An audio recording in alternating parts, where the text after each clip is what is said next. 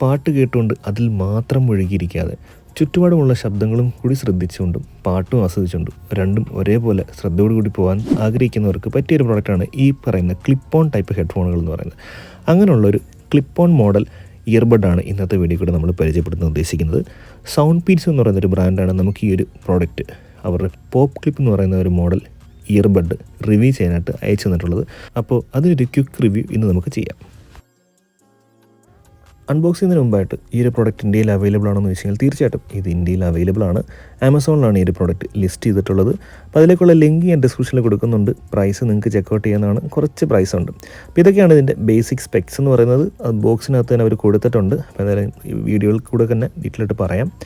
ഇതിൻ്റെ charging wattage എന്ന് പറഞ്ഞാൽ 2 വാട്ട്സ് മുതൽ 5 വാട്ട്സ് വരെയാണ്. അപ്പം ബോക്സ് പൊട്ടിച്ച് നോക്കുകയാണെങ്കിൽ നമുക്ക് ഉള്ളിൽ നോർമൽ നമ്മുടെ ഇയർബഡ് വരുന്നുണ്ട്, യൂസർ മാനുവൽ വരുന്നുണ്ട്, കുറച്ച് സ്റ്റിക്കേഴ്സൊക്കെ അവർ പ്രൊവൈഡ് ചെയ്യുന്നുണ്ട്, USB Type-C കേബിൾ കൊടുക്കുന്നുണ്ട്. അത്യാവശ്യം നല്ലൊരു പാക്കേജിങ്ങാണ് വരുന്നത്. വീഡിയോയുടെ തുടക്കത്തിൽ പറഞ്ഞ പോലെ തന്നെ ചുറ്റുപാടുമുള്ള ശബ്ദങ്ങൾ കേട്ടുകൊണ്ട് തന്നെ പാട്ട് ആസ്വദിക്കുന്ന ഒരാളാണെങ്കിൽ മാത്രമാണ് നിങ്ങൾക്ക് ഈ ഒരു പ്രോഡക്റ്റ് സൂട്ടബിൾ ആവുള്ളൂ. കാരണം ഇത് നമ്മുടെ ഇന്നിയർ ടൈപ്പ് ഒരു ഹെഡ്ഫോൺ അല്ല, ജസ്റ്റ് അടുത്ത് മാത്രമാണ് ഇരിക്കുന്നത്. അപ്പോൾ അതുകൊണ്ട് തന്നെ ചുറ്റുപാടുള്ള സൗണ്ടും കേൾക്കും, പാട്ടും ആസ്വദിക്കാൻ പറ്റും. ആ ഒരു മോഡലാണ് ഈ ഒരു ക്ലിപ്പ് ഓൺ ടൈപ്പ് ഹെഡ്ഫോണുകളുടെ ഒരു പ്രത്യേകത എന്ന് പറയുന്നത്. പിന്നെ ഈ ഒരു ഹെഡ്ഫോണിലേക്ക് വരികയാണെങ്കിൽ ഇത് ഭയങ്കര ലൈറ്റ് വെയിറ്റ് ആണ്. ഞാൻ ഏകദേശം 2-3 ആഴ്ചകളായിട്ട് ഇത് യൂസ് ചെയ്യുന്നുണ്ട്. പേഴ്സണലി എനിക്ക് ഇഷ്ടപ്പെട്ടു. കാരണം ഏകദേശം 4.73 ഗ്രാം മാത്രമേ ഇത് വരുന്നുള്ളൂ. ഏകദേശം 2 ഷീറ്റ് അല്ലെങ്കിൽ 1 ഷീറ്റ് പേപ്പറിൻ്റെ വെയിറ്റ് മാത്രമേ വരുന്നുള്ളൂ. ഇത് ചെവിയിൽ വെക്കുമ്പോൾ നമ്മൾ ഈ ഒരു സാധനം ചെവിയിലുണ്ടെന്ന് നമുക്ക് അറിയില്ല. പിന്നെ ഒരു കമ്മൽ പോലെയാണ് ഇത് നമ്മുടെ ചെവിയിലിരിക്കുക. എസ്പെഷ്യലി ഇത് ഉപയോഗിക്കുന്ന സമയത്ത് എല്ലാവരും നോക്കും ഇതെന്താണ് സംഭവം എന്നുള്ളത് നോക്കും. അതുപോലെ തന്നെ ഇതിനൊരു self adaptive left right audio ചാനലാണ് വരുന്നത്. അതായത് ഈ ഒരു കേസിലേക്ക് നമ്മൾ ഈ പറയുന്ന ബഡ്സ് മാറ്റി ഇട്ടാലും പ്രശ്നമൊന്നുമില്ല. അത് ഓട്ടോമാറ്റിക്കായിട്ട് ലെഫ്റ്റ് റൈറ്റ് ചാനലായിട്ട് അത് റെക്കഗ്നൈസ് ചെയ്തോളും. 8 hours ബാറ്ററി ലൈഫാണ് നോർമലി ഇതിന് കിട്ടുന്നത്. കേസോട് കൂടി നമുക്ക് 30 മണിക്കൂർ ബാറ്ററി ലൈഫ് കിട്ടും. പിന്നെ പെട്ടെന്നൊരു 15 മിനിറ്റ് ചാർജ് ചെയ്യുകയാണെങ്കിൽ ഒരു 3 മണിക്കൂർ എക്സ്ട്രാ ബാറ്ററി ബാക്കപ്പ് ഇതിൽ നമുക്ക് കിട്ടുന്നതാണ്. ബ്ലൂടൂത്ത് വേർഷൻ വരുന്നത് 5.4 ആണ്. അങ്ങനെ കണക്ടിവിറ്റി ഇഷ്യൂസ് ഒന്നും ഞാൻ ഇതുവരെ ഫേസ് ചെയ്തില്ല. ഞാൻ എൻ്റെ ഫോണിലും ലാപ്പിലും കണക്ട് ചെയ്ത് നോക്കിയിട്ടുണ്ടായിരുന്നു. ഡുവൽ കണക്ടിവിറ്റി ഒക്കെ വരുന്നുണ്ട്. അങ്ങനെയുള്ള ഇഷ്യൂസൊന്നും ഇതിൽ ഉണ്ടായിരുന്നില്ല. പിന്നെ നേരത്തെ പറഞ്ഞ പോലെ തന്നെ ലൈറ്റ് വെയിറ്റ് ആണ്, വളരെ കംഫർട്ടബിളാണ്.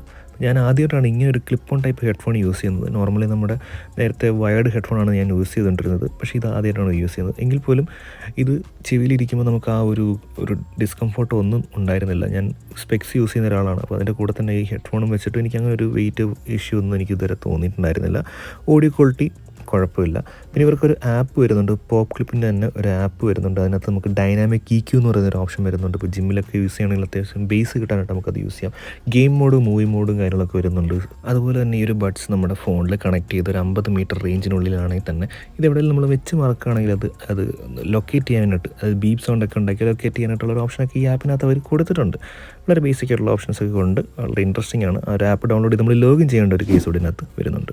10.8 മില്ലിമീറ്ററിൻ്റെ ഡുവൽ മാഗ്നറ്റിക് ഡ്രൈവേഴ്സാണ് ഇത് രണ്ടിലുമായിട്ട് വന്നിട്ടുള്ളത്. ഹൈറസ് ഓഡിയോ ഒന്നും ഇല്ലെങ്കിലും അവരുടെ തന്നെ സൗണ്ട് പീറ്റ്സ് ഓഡിയോ എന്ന് പറഞ്ഞാൽ SPS ബാഡ്ജിങ് ഒക്കെ അവർ കൊടുത്തിട്ടുണ്ട്. പിന്നെ IP റേറ്റിംഗ് ഉണ്ട്. കുറച്ചൊക്കെ നനഞ്ഞാലും പ്രശ്നങ്ങളൊന്നും എനിക്ക് ഫീൽ ചെയ്തിട്ടുണ്ടായിരുന്നില്ല.